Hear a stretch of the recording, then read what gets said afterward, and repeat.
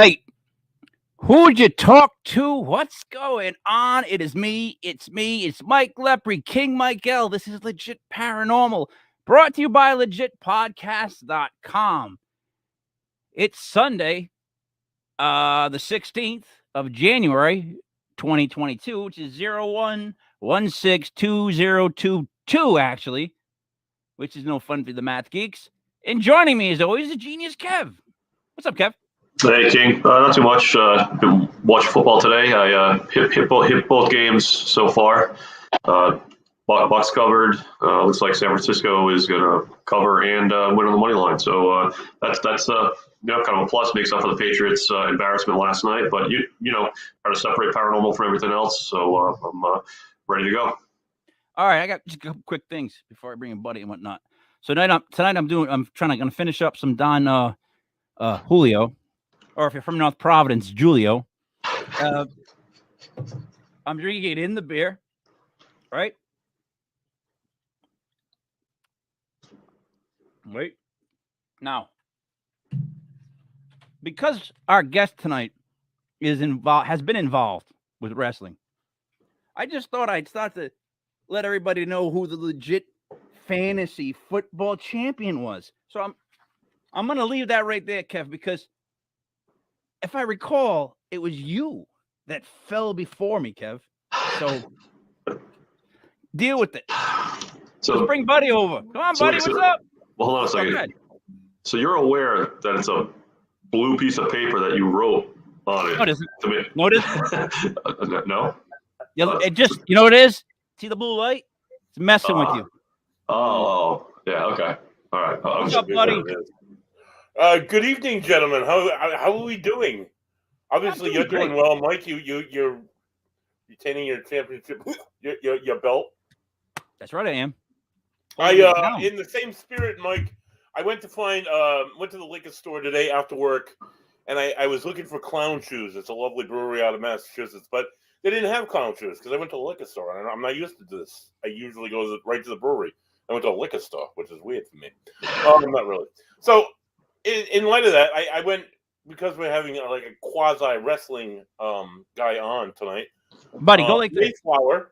Buddy, go like this. Hold on, Buddy. Mayflower. Buddy. Love and Wrestling. It's a double dry hopped New England double IPA. It's 8% alcohol by volume. This is the first time I've ever had this beer. I've had Mayflower before. It's very delicious. It's all right. It's not bad. All right, you don't really like it. Just remember to wipe your mustache because you're leaving froth. Just trying to help you out. It's okay. I got the green screen for you too, so we're gonna set that all up too, buddy. All right, so you don't have to see the haunted basement behind me anymore. That's wonderful. Let's do the introductions for us, please. Speaking of haunted basements, hailing from the Gardner Hill Asylum for over the last 13 years. Our guest has entertained Southern New England through podcasts, cable access TV, and now YouTube through Dialink. What adventures await the clown next? Twitch and TikTok. Our guest is host of the Chuckles and Laughs show. He has contributed to various fundraisers across Rhode Island. He's gotten into a wrestling ring or two, and he's investigated the paranormal with various Rhode Island's paranormal investigative teams, as well as doing the whole convention scene. Chuckles the Clown. Well, let me tell you something, brother. Your title on your shoulders right there, I'm going for that. I may not know a thing or two about football, but I know a thing or two about the squared circle. And you, my friend, you and I have a special date to square up. Hey, how you guys doing? Doing great. Doing great, yeah. Doing great. So, Chuckles. See, yeah. And you know what's funny is, does it sound odd calling someone Chuckles? No, because we call ourselves King and Genius. So who the hell are we to talk? Yeah. It's like another name. It's how we do. So Chuckles, when did you decide to become a clown that looks scary intentionally, like full time kind of? Like when did you go, all right, this is something I'm going to do. I'm good at. Here I go. Well, a long time ago when I used to work at now closed down Field of Screams. Their last year was this year. Yep. It was started as a bet that I wouldn't do it. And he had me dress up in a Doink the Clown outfit that had little to nothing to the imagination. Yep. And, everybody enjoyed it. So my boss said, "Hey, I'm going to send you out to the Midwest. We're gonna hone in on this character of yours, and we're gonna have you work the haunt scenes for a little bit." And I did, and I went out to the Midwest a couple times to work on this character. And I met this guy named Dr. Lady, and he's the late night Dr. Lady show. It's a really good cable access show out in Ohio. He's even the mayor of the town now. So there's hope for me. Maybe I'll be the mayor of Coventry somewhere down the road. But I talked to him, and he's like, "Dude, you could go so much further than a haunted house with this stuff." He goes, "It's endless." He goes, "Just the road is yours to travel." So I decided, I came home to Rhode Island, and my wife and I were like, "Well, I've done professional wrestling before where I was on cable access as another character." And she decided that, myself and her decided to start up a cable access show with an evil clown. And from there it was born. And I wouldn't take back a thing traveling that road. It's been a really good adventure. How long has it been then? About 15 years. Wow. So 15 years. And so you're a younger guy, right? Chuckles is in his 30s, we're guessing. No, I appreciate that.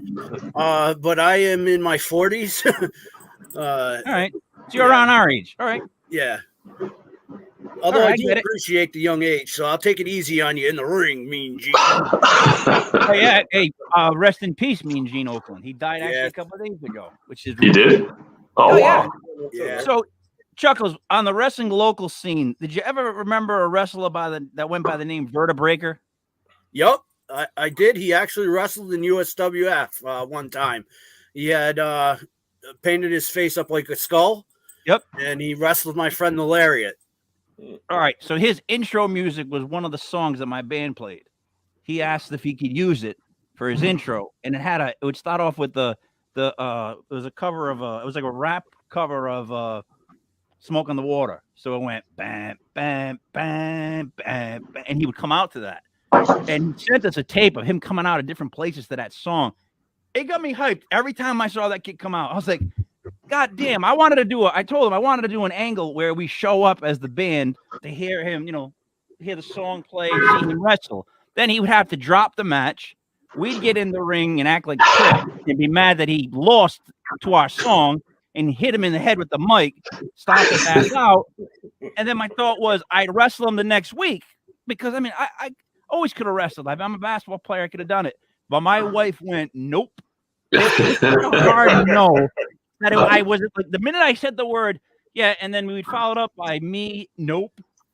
I didn't even get to say me wrestling. I'm like, what? She's like, you're not getting in the ring. I'm like, she goes, no, because I don't trust you. Like, you'll try something bad and it'll end up bad. I'm like, you're probably right. But I really wanted to do it, man. I envy the fact that you even got to be in a ring. You know what I mean? Well, I appreciate that, but thank your wife because that probably saved you from taking years and years off your body. That's the one thing that I do regret is the physical pain. I have a bad back for the rest of my life now from wrestling. You're an evil clown. You got to take bumps. You know what yeah. I can't imagine it where you're not taking bumps. I still do. I do mostly managing now, but I still take bumps on the outside of the rings and inside the ring and stuff right now. It's part of the game. It's crazy. For the those of us that don't know what that means, what does take bumps mean? Like, my bad. Falling in the ring. A lot of people think that ring is a spring and it's cushiony. That is a false interpretation of that thing. It has a little bit of padding to it, then a wood underneath that, and metal foundation under that. So it hurts. It sucks. It's not fun. It's obviously not like plywood or just flat plywood or concrete, but it's still not like a spring. He's right. Like I've got to feel the ring, and I'm like, wow, I remember going. There's not a lot of cushion there. You're really kind of catching it. That's why, look, I know it sounds stupid, but I've fallen 3 times in the last year and a half, right? I have a dog he's like a Marmaduke dog. He's like about 110 pounds. And every now and then he'll run around me, catch me quick with the leash and take my feet out from underneath me. And I've learned, and then I hit myself in the head with the aquarium. Remember, guys? Gave myself a concussion coming down the stairs during the season. But both times, I remembered to keep my arms tucked and land on my back. Like, I took the bump. I went with the falls, and I just took the bump the way you're supposed to take it. And if I wasn't such a wrestling geek, that thought would have never came in my mind both times I fell. Does that make sense? Yeah. Makes sense, but Chuckles, I'm gonna try not to speak for you, but I think that would be a lot different than the vertebreaker, just kicking the crap out of him for a few minutes in a ring. Yeah. He wanted to put the trash can on me and do the coast to coast, which is where he's on the other whatever it's called, the corner, turnbuckle, whatever, and he jumps the length to kick in the trash can that's over my head. Jesus.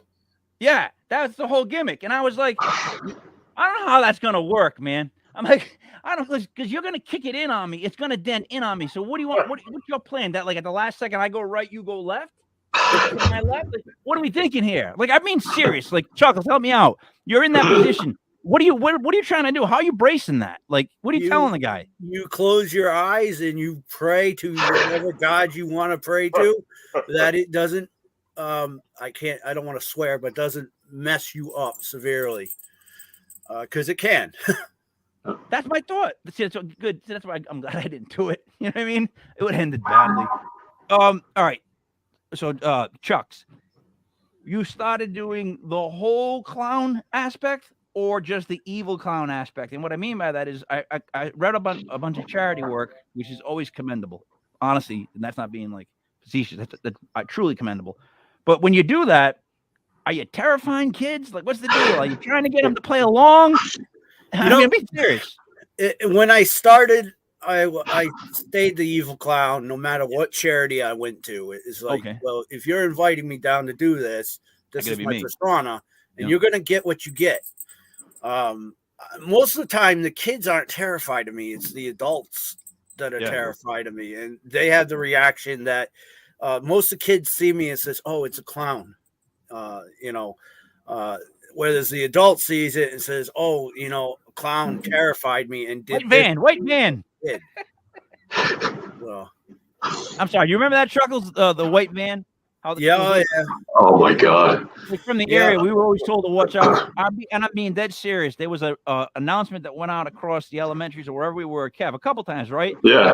Watch out for clowns in a white van. You know where that came from, right? I still don't know. Stephen King's It. Originally, it was clowns in white vans. Really? Yeah, it had nothing to do. That's what the original story was going to be. He changed it up to what it is now, but it was going to be about clowns going around kidnapping kids. But it didn't. So there burst the old-fashioned rumor. I mean, it could have happened. Not this guy, but someone could have done it. All right, so let me ask you a question. I heard that you do skits, right? I do. You seem to be a comedic guy. All right. Have you ever done one where you went to purchase a white van? No, the wife wouldn't allow me. However, my counterpartner, Chuck, did do that out in Seattle.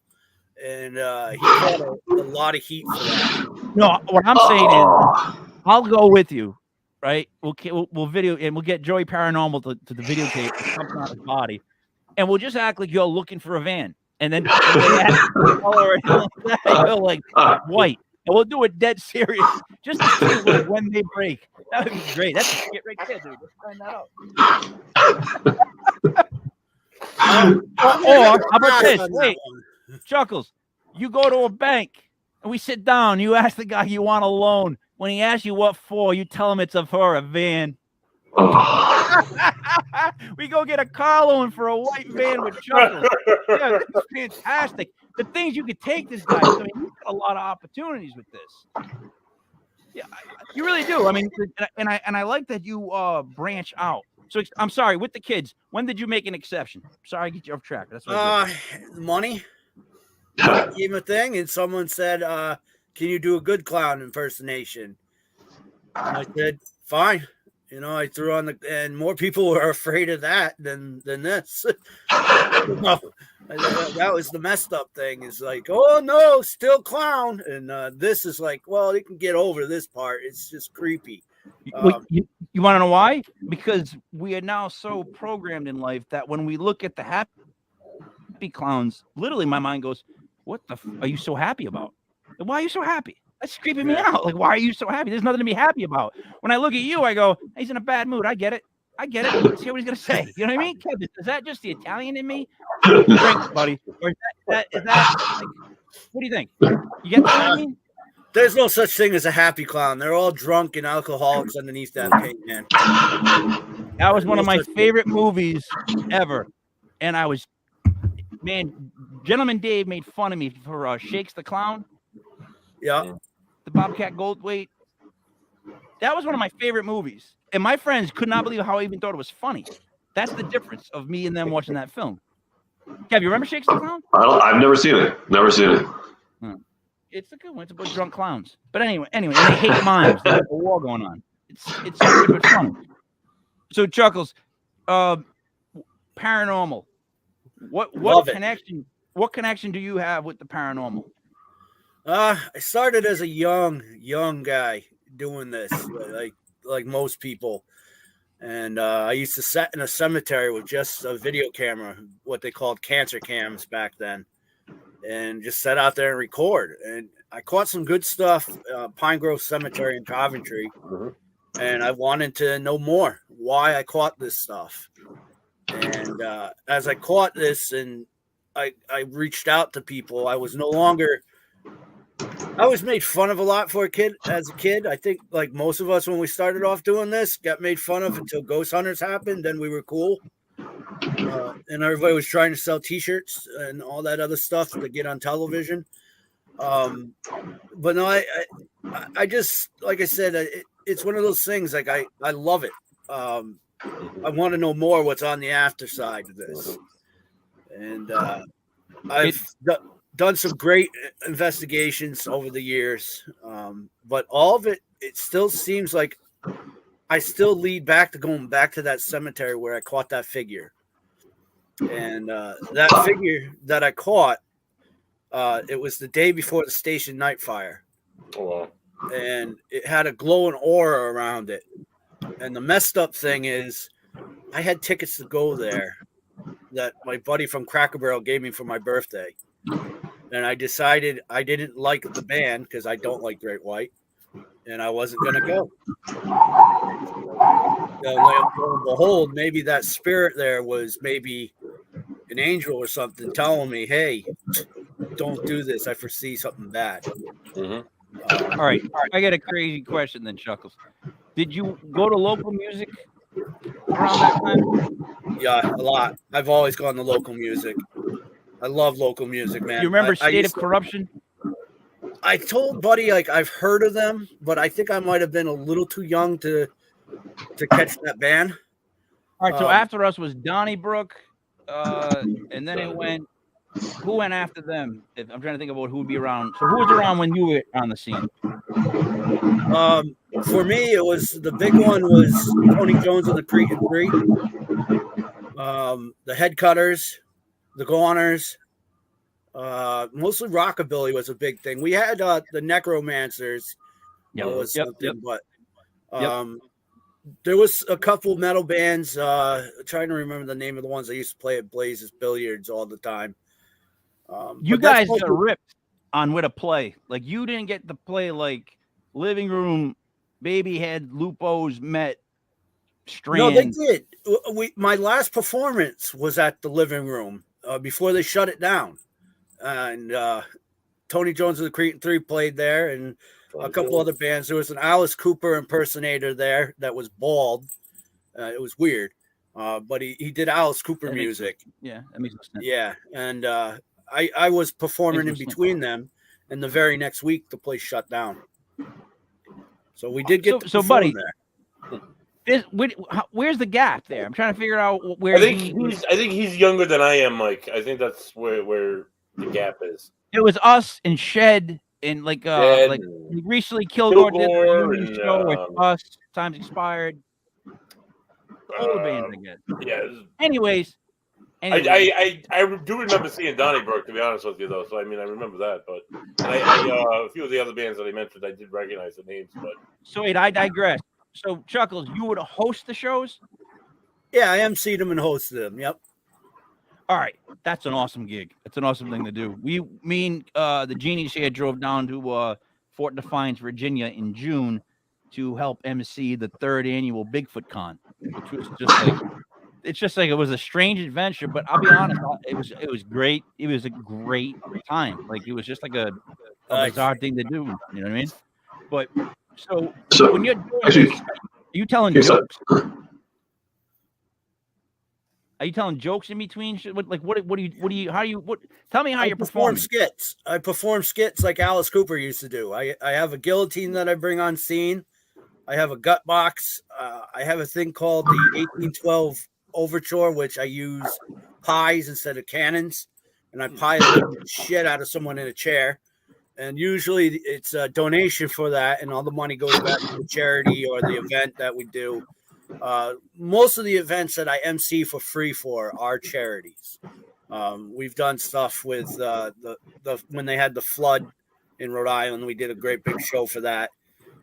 We've done stuff for breast cancer, St. Jude's Hospital, food banks, Ronald McDonald's house, you name it.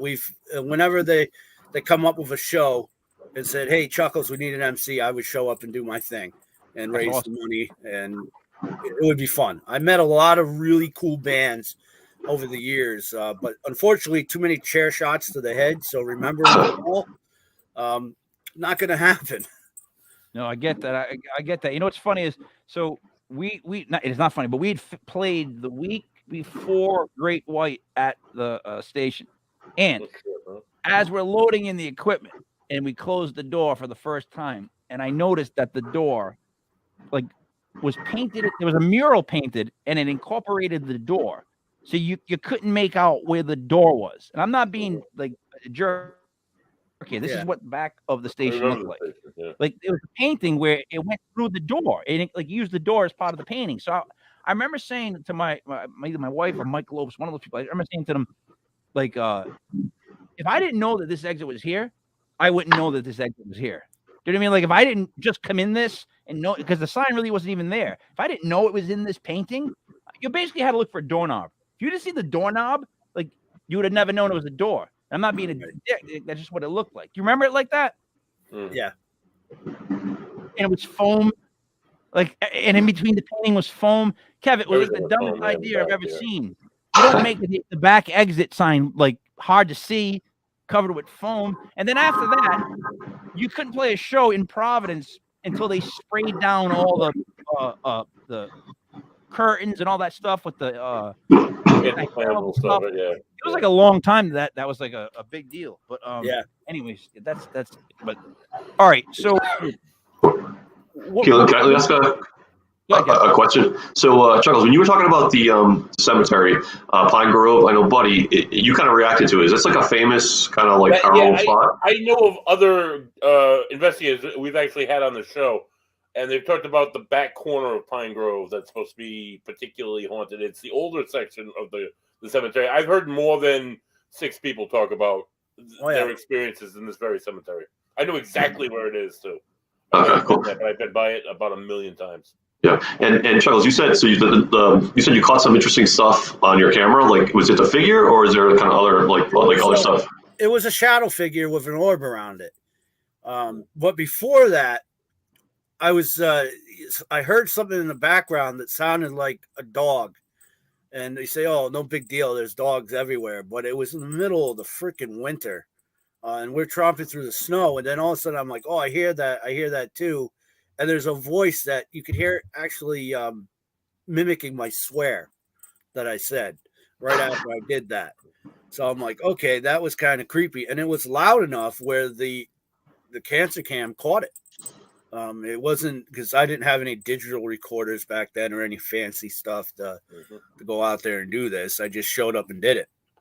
So it it was pretty cool. But at the same sense, like I said, it's just I keep going back there, and I know one of the reasons why it's so haunted is if you've ever been there, read Byron.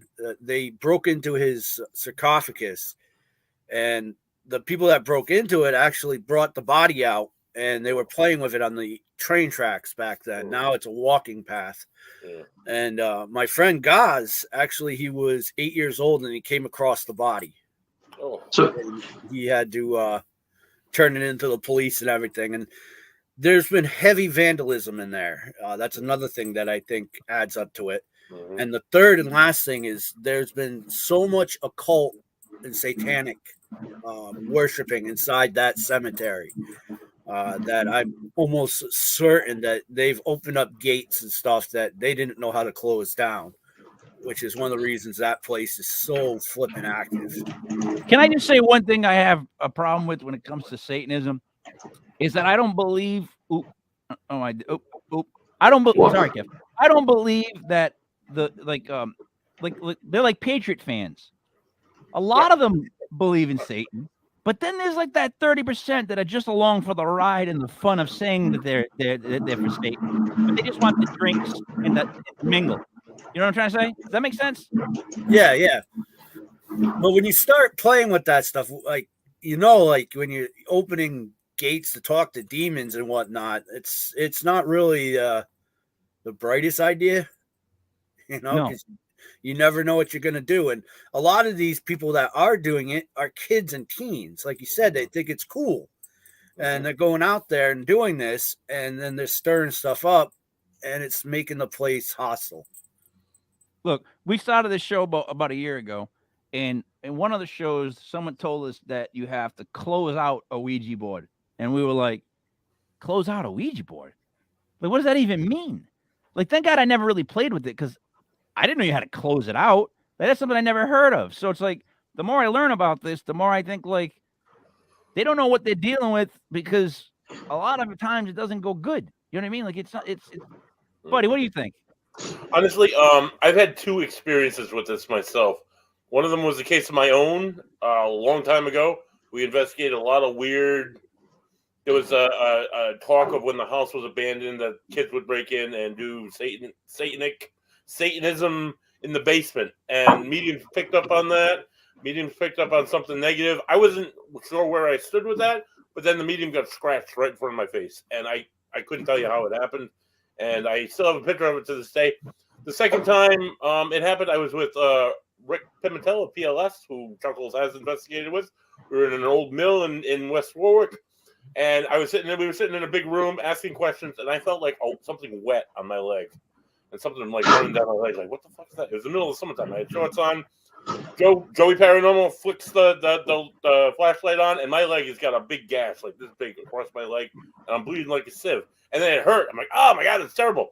Come to find out, the very wall that I was sitting against, that room was used to worship Satan, and there was a pentagram found on that wall by the people who they bought it and they cleaned it up. It's just weird that it's happened, and like I've had the experience where something has happened, where someone gets scratched or hurt around something satanic. I'm not saying it's satanic. Maybe it's a ghost trying to like pretend like they're a demon. But yeah, I think there's definitely something to be said about negativity and bringing something in and then just like, all right, later, we're out of here. And something actually might be there. Maybe not, but.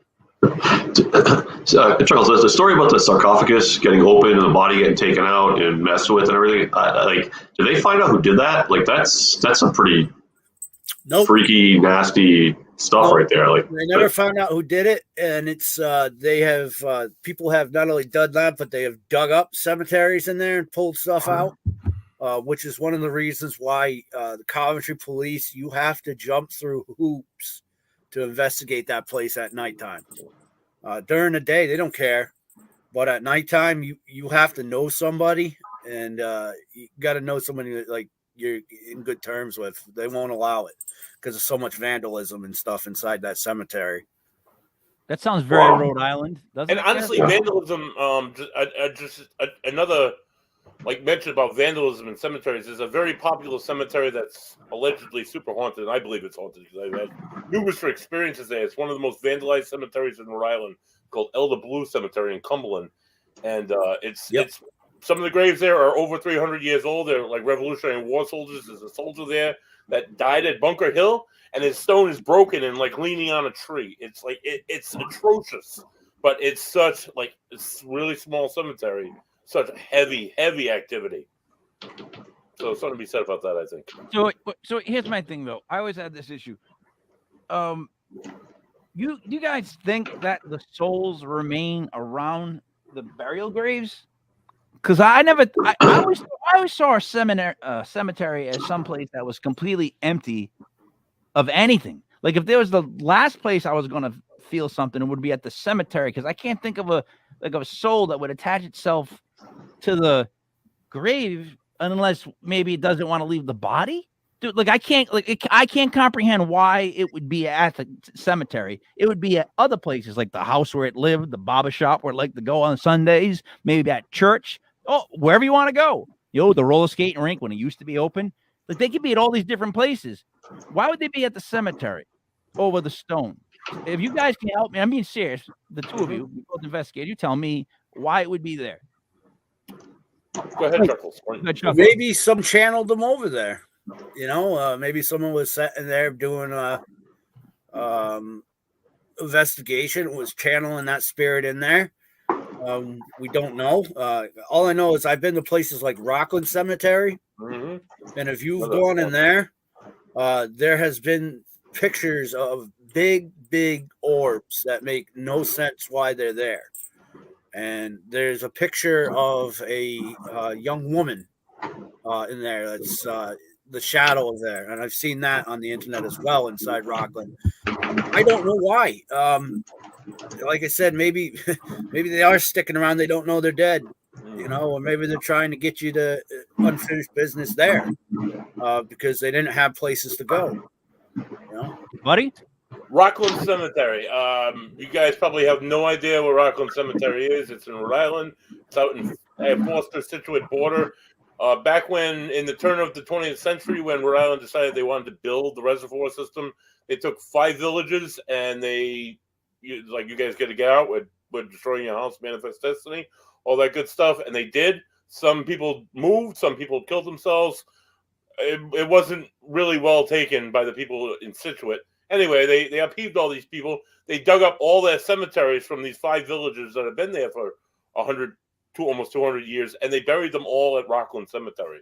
So there's Medal of Honor recipients in there. There's war heroes. There's Dick and Jane that lived up the road. Their home is now under 90 feet of water. Just disturbing the dead, disturbing the dead in the cemetery that they were buried in. They're supposed to be resting in peace.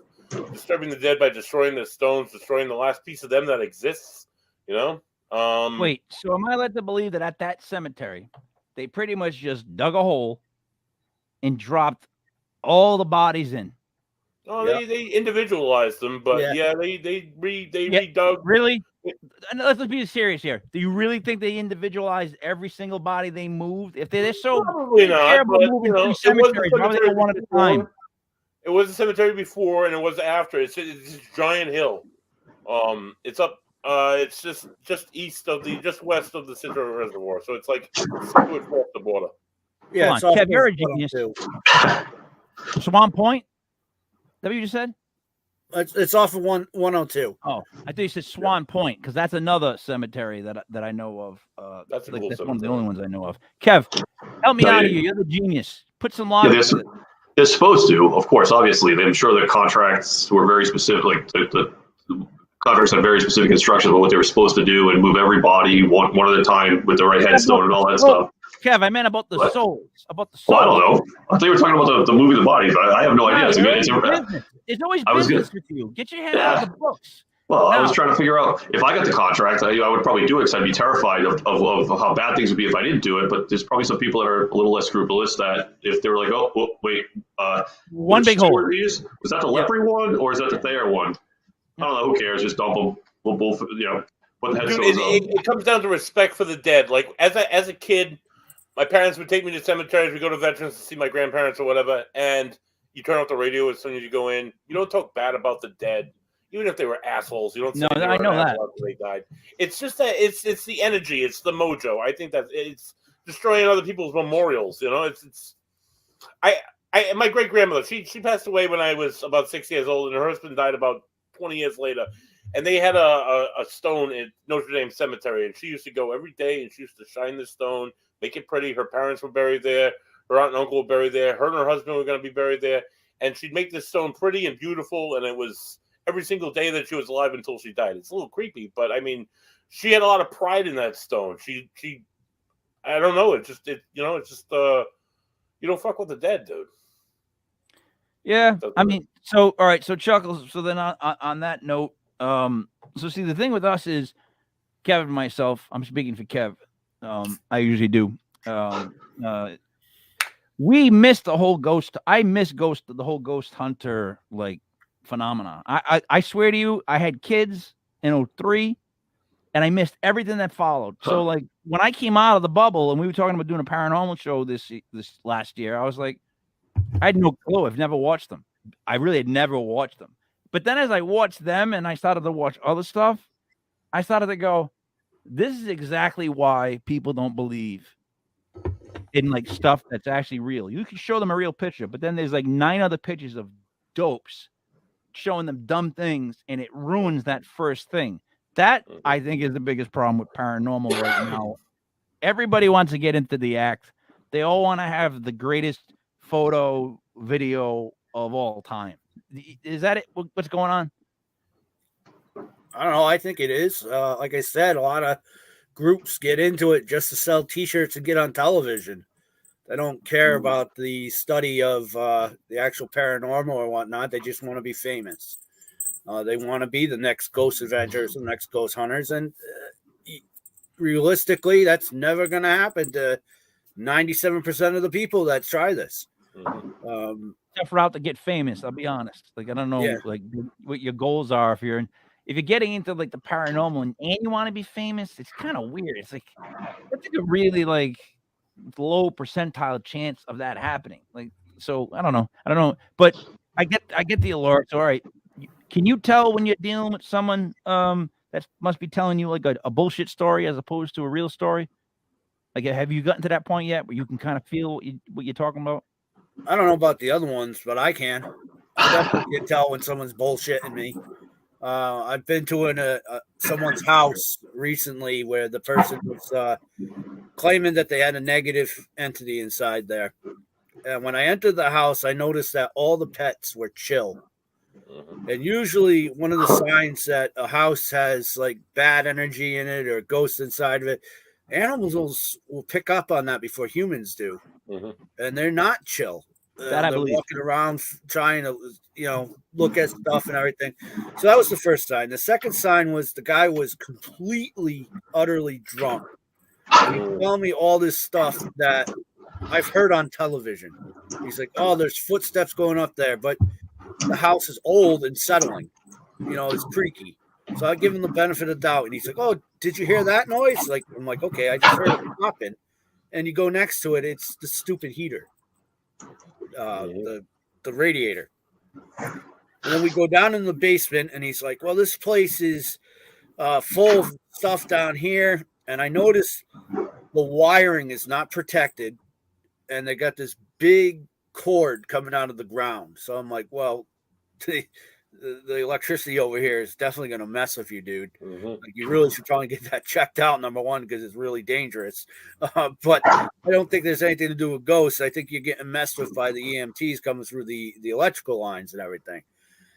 And then it came down to it. They wanted me to get my friend Keith Johnson to come down. And I said, no, I could give you PLS's number, but he's not going to just show up.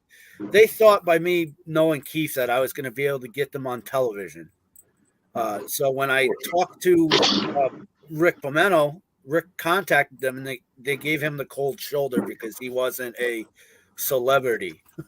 So, and nothing happened afterwards with that house. So I almost so they were feel looking. like, hold on, Kevin. I almost wish that you went in full makeup And at one point, these people had to be told by a clown, an evil clown, that they're idiots. Like, nothing would be better than a clown coming to your house and being like, listen, you're not that bright. Let me tell you why.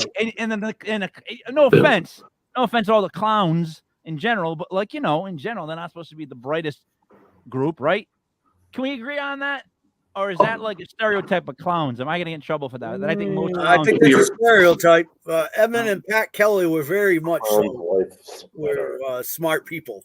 No. I don't. Wait. I don't mean in real life they're not smart. I mean they pretend to be stupid. Like clowns tend to be dopey.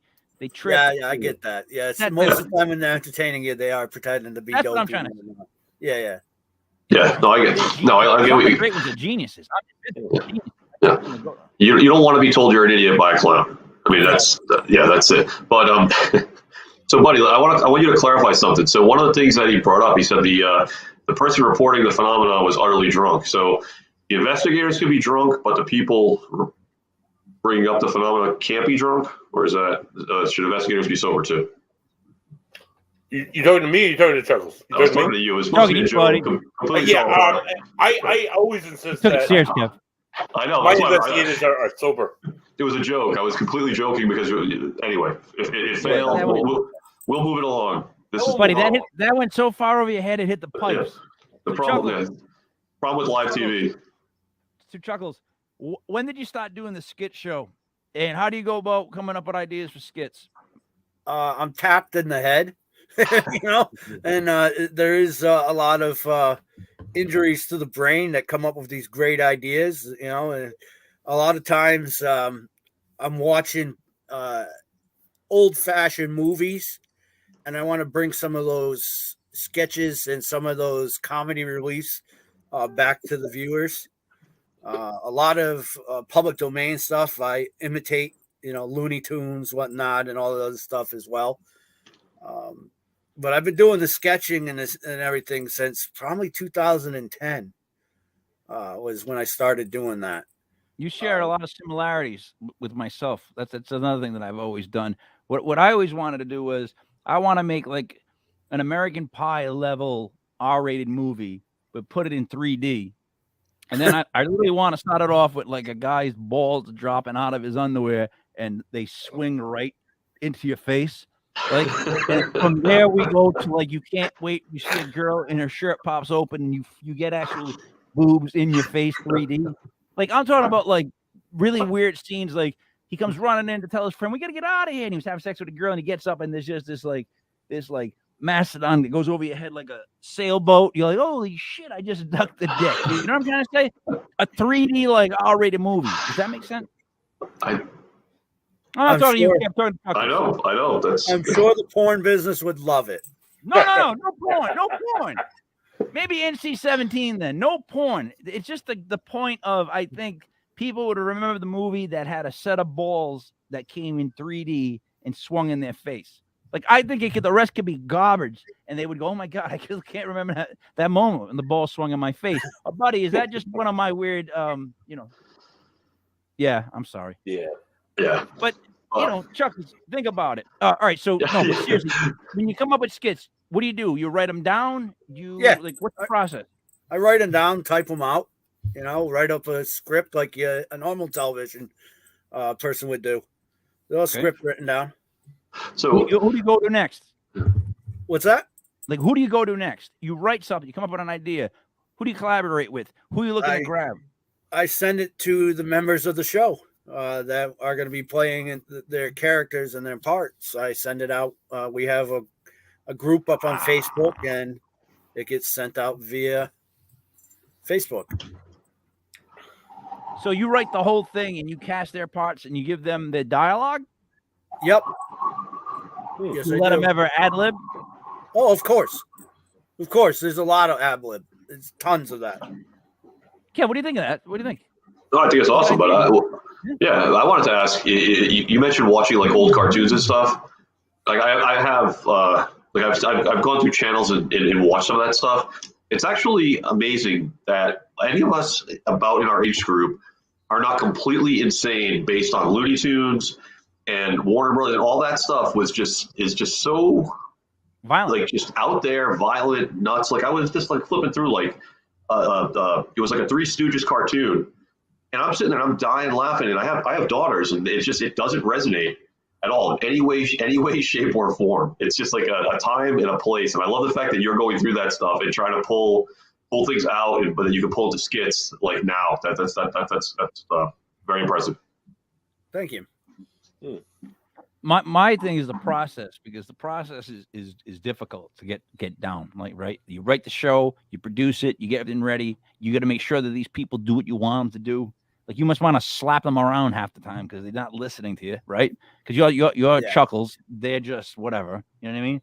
There are some people that you do, but for the most part, the cast and crew that I have they're gold. I wouldn't trade them for anything because it comes down to it. It's a volunteer show, and because we use a lot of copyright material on YouTube, we don't make money.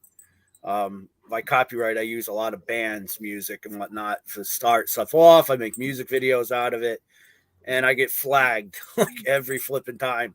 Because I don't have time to go down there and every band. It just never will happen. And I'm not doing this to make money. No, I'm not doing this to be the famous evil clown. I mean, that would be great, but I'm doing this to have fun. Yeah, you got to do stuff to have fun. That's the only way it's gonna work. Like anything like what you're doing, when the fun is gone, I wouldn't do it anymore, right? Like, because you got to be all the way in. You have to be. So you know what it's like to go on stage, and you got to go from whoever you are to bang. I got to be Chuckles on point, and I got to be 100% Chuckles, so that I leave no doubt to everybody what they just saw, right? Yep, exactly. A lot of people when they meet me out of gear, they say that it's like, well, it's difference of night and day, right? But when I'm in the gear, flip, the light switch goes on, and I'm Chuckles all the time. So. I commend that. Like I used to do that myself. I used to have to get in a mindset where it's just like I got to pretend like I have total confidence. You know what I mean? Like when I was on stage, because no one wants to go see a band. I once saw a band at where do we play our reunion show, buddy? That the Met, the new Met. Yeah, the Met. Yeah. All right. I once saw a band play. They played their opening song. Right. It ended. And it ended where they all didn't end at the same time. They all kind of just ended when they wanted. Like it just kind of fell apart. And then the lead singer actually apologized. And the minute he did that, I turned to my wife and I said, "The show's done. He'll never get the audience back. This dude just apologized. Like now we just think you're some guy with a guitar. Like you should just now apologize about being on stage and get off." Because you literally no, I'm being serious. You can't let them know for a second that you don't have the things on lock, right, Chuckles? Right. See, Chuckles gets this. So you were more of an Insane Clown Posse type, like music? I do like Insane Clown Posse. I'm not gonna lie. I do like their music. However, I am not a juggalo. I got a job. I don't live in my mom's basement, and I wash my ass. So juggalo, I am not. Enjoy their music a lot. I do. All right. So Masterminds, which M1, the singer, is on our football show. They used to do a lot of things with that side of things. Like we were rap rock, I guess, more Rage Against the Machine original, and they were later that kind of went that Insane Clown Posse sort of way. Like, and then they ended up with Haystack and all those other people. Did you ever see them? No, but I have done a lot of stuff through people that perform with Insane Clown Posse. I've done a lot of stuff through Psychopathic Records. I've done stuff with ABK. I've done stuff with Critical Bill, Malicious Morbia, who's local, and I'm trying to make Bogus Trizzy, who's local as well. They've all done stuff with Psychopathic Records and whatnot. That stuff was fun, I gotta admit. And when I did reach out to get permission for music, they were the first ones that said, "Go ahead, steal whatever you want and have fun with it." everybody else is like, oh, I want 1,000, I want 2,000, I want $800. They were like, nope, just steal it and have fun. At this point, like look, musicians need a way to get paid, but at this point, when it comes to stuff like that, like music that's been out, that's only going to be used to promote it, like it's not going to. How's it hurting you? Like whatever. Like they're idiots for not letting you take their music. See, what I've been doing is I literally have written 34 intros, and I just actually released Legit Fantasy Football theme songs Volume 1. I'm so like I don't want to use other people's music that it forced me to start like doing music digitally, which I don't like, but like it's fun. So I get what you're saying. It sucks. Like we got taken down and penalized for saying something about the subject we can't talk about, and I don't even know what we said. I don't think it wasn't even something really directly to it, and it get like demonetized, and like they were gonna come to my house and kick my wife. It's brutal. They're brutal people. But all right. So, go ahead, Kev. No, do you mind if I switch gears? I want to ask him a paranormal question. You okay? Or you want something? So I was looking at the kind of the places that places you've investigated, and some I've heard about before, like Fort Adams, Smith Castle, Payne House. But it said you investigated the ACI with Rick Pimentel, and I haven't heard anyone really talk about that. So I'm kind of curious. You could maybe talk about that experience. Just how you arranged it, first of all, because I'm assuming they didn't empty the prison so you could go there, obviously. No, it was the abandoned sections of the ACI, the old ones. And the first building that we investigated was actually the Looney Bin, the insane asylum. And that building itself has some really angry spirits inside of it for a good reason. And we went there and we set up, and the first time, I ran my white noise box and I was asking questions, and the thing came off and it was answering names on the back of the wall that were behind us. Wow. At this point in time, this is definitely not a radio wave coming through here. This is definitely something intelligent answering my questions. The last thing, this lady came in and started swearing at it out of nowhere, and it started swearing back at her. So I was like, all right, this is pretty cool. So a couple years later, we came back about a year later, and I ran through and I said, I ran the box again. And I said, do you remember me? And it said in a low voice, remember you. And I'm like, oh, okay. So I started talking, and after I had asked a couple questions, it said FUN word. That's definitely not a radio wave going through there. Right. So I was like, okay, I think this time I've upset it. So I moved, and we moved around inside there, but we've caught a lot of good stuff in there. The ACI old building there where they had old Lucky there, the electric chair and everything. Is that what they called it? Old Lucky, I think it was called. Yeah. Was that what they called it? Old Lucky, really? Yeah. Mm-hmm. Yeah. Wow. That was in the ACI building that was abandoned. That was cool too. One of the things I forgot to mention is when we were in the one that was the second time in the insane asylum, we had 2 police officers come in, and we got a little nervous, because they're police officers coming in, and they wanted to know what was going on. We answered some questions, and we asked one of the gentlemen if he wouldn't mind being a part of an experiment.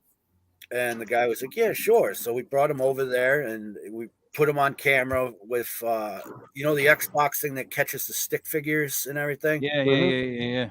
We caught a stick figure trying to punch him in the face. So we're like, I'm pretty sure the spirit doesn't like police officers. So, yeah, that was pretty cool. But yeah, insanely cool. I don't know if we'll be able to get back in there because I think they're tearing the buildings down. Yeah, that's right. Rick had invited me to go on the investigation as well. I had prior engagements that night, but he said that there wouldn't be too many other opportunities to do it because they were tearing the buildings down as part of the Ford dealership, I guess, that bought the. Oh, really? Yeah. That makes sense. Makes sense. They're gonna sell Fords, those pieces of shit that where they don't even on cars anymore, other than the Mustang. So they're gonna put a Ford dealership like a haunted. So there's gonna be a haunted Ford dealership. Yeah, the cars will start up. But wait a minute, they already do start up by themselves. But yeah, you'll have like Ghostbusters, like figures inside the cars that are all rotted when the people come. Yeah. But honestly, the problem is with Fords, you wouldn't know if they were haunted or not because they're not going to work correctly. Kev, we know this. It's like, hey, it's haunted. Is it really, or is it just a Ford? Like, you got to make a decision at that point. I'm honest. Yeah, Kev.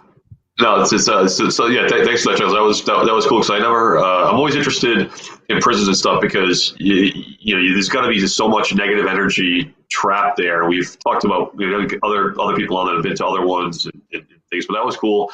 And then the other one you mentioned King Philip's battlefields, and the King Philip's War is something that I'm just absolutely fascinated with. And in fact, that it got all the way to like North Providence, it just kind of amazed me a little bit for the time period. But where did which areas did you investigate related to that? There is a place in Smithfield that's a wildlife preservative, and it has a fort inside of it. It was the very first place that had a cavalry charge in America, an actual set-up cavalry charge to take out the natives. They slaughtered them until the natives got into the woods in the swamps because the natives didn't know, they've never seen something like that. So they didn't know how to react or defend themselves from, some dude on a horse with a gun coming at them. They didn't know what to do with that. So we went up there to the battlefield, and on the top of the hill there, I set up all my gear. And my friend Keith and I were asking questions and whatnot and said, if you can do something right now to show me that you're here, please do it. And there was a tree in front of us that had fallen down, and it looks like something kicked it because it went up in the air and came back down at the same time. It definitely wasn't wind. I can give you that because wind is, unless it's a tornado, ain't going to pick up a tree like that and drop it down at the same time. So it definitely looked like something kicked it. And we kept going on, and he heard on the back of his digital recorder, it sounded like a sword being sharpened. So that was in the background of that. We returned a couple weeks later because, this place is gold. I had to take you there, buddy, because it is. Did you say it's in Smithfield? Yeah. Whereabouts in Smithfield are we talking? It's right off of Route 5. It's over by the Oh, wow. Yeah, I know exactly the area. I've never heard of anything King Philip's War down this. Other than Smith Castle, and I know they were all up and down the Narragansett Bay and stuff. But I'll have to take you. We'll have to go up there and do an investigation. Awesome. But the last time I went there was the last time I've been there for a while because we caught it out of body voice saying, "I'll kill him," because I was up on the top of the hill, and my friend goes, "What do you think of my buddy up there asking all the questions?" And right cued after that, the thing said, "I'll kill him." So we haven't gone back there in a while because that was like, okay, that's enough. Something that I can't see is threatening to kill me. I'm going to stay away from there for a little bit, let things rest down. So, wow. All right. Can I say this? And I'm sorry. So we do the car lot for the van. Kev, you could be the salesperson, and I'll be with Chuckle. And then we do the bank for the loan. You're perfect for the banker, right? And he's trying to get a white van loan. And then we'll do the DMV, where he's trying to get a series class on his license that allows him to drive multi-passenger vehicles, right? And then like, well, what are you looking to drive? A white van. Like, there's 3 Chuckles. I'm telling you, with your character, we can make all 3 of those work. it has to be from the haunted Ford dealership, and it has to be a Ford Absolutely. One of the Econo lines. Together.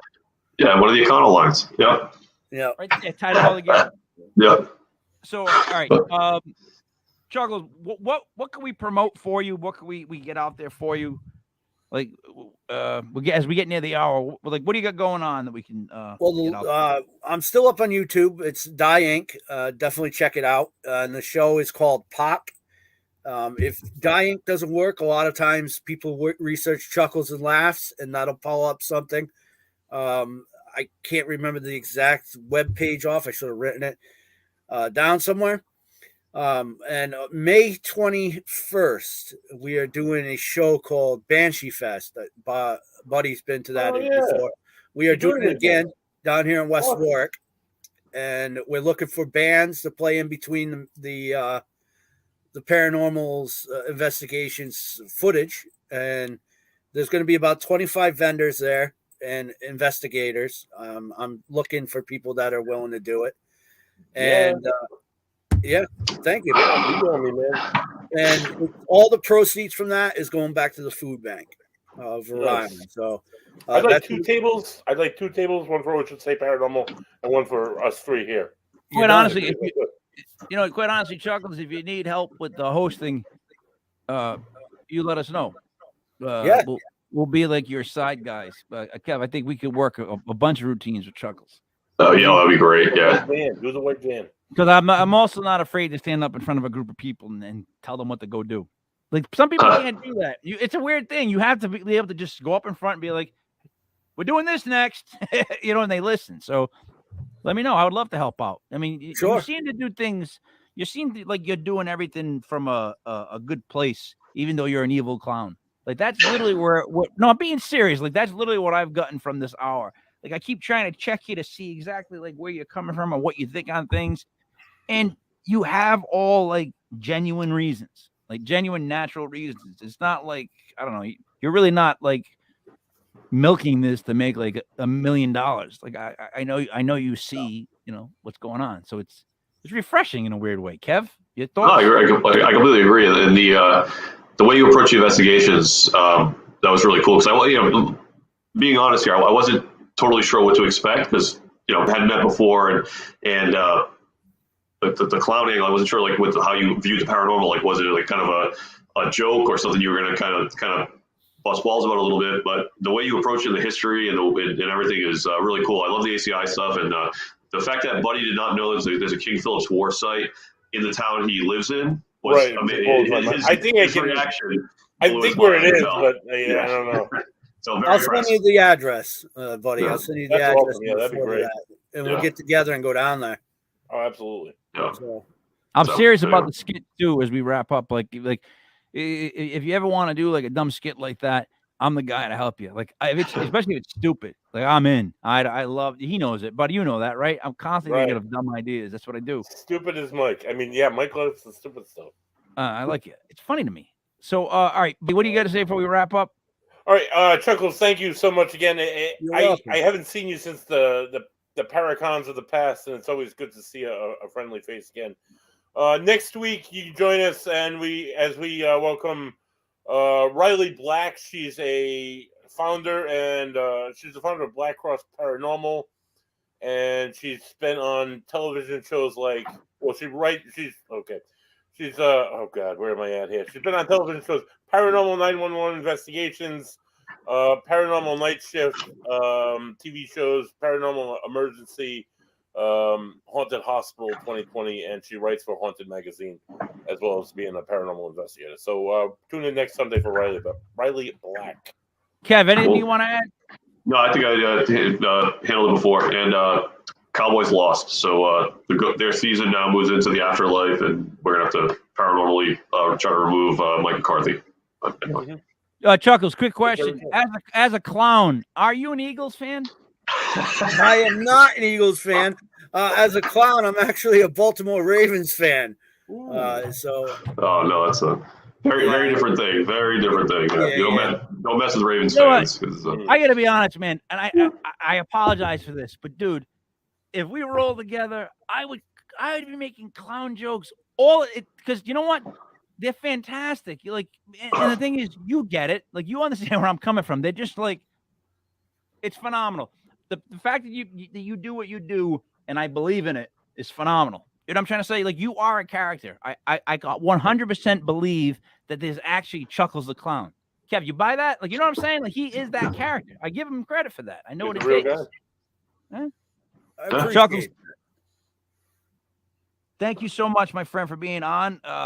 Honestly, like I said, you need help with anything coming up, let us know. That's what we do. We like to do it. love to have you on again. Maybe if we go on one of our adventures again, like the USS Salem, we can bring you along, which would be great if you would dress as the clown. But that's up to you, dude. I mean, I'd have a blast the whole time. Not dress as a clown in the paranormal stuff. See, Thank God. there goes my side fun. But I get it. You know what I mean? Like you're terrified that some ghost is mistakenly going to follow you home, and you want him to show up as a clown, showing ultimate disrespect. So yeah, so you know what I mean. It's like when you know you're gonna get a beat, and you might as well just go get the beat and get it over with. They're like 3 o'clock high when it first came out. You know what I mean? It's like, hey, it's coming. What are you gonna do? Settle in and take the beat. You know what I mean? All right. Thank you again, Chuckle. So for Chuckles the Clown, Buddy there, Genius Kev, it's me, Mike Lepre. King Mike L. This was Legit Paranormal, brought to you by legitpodcast.com.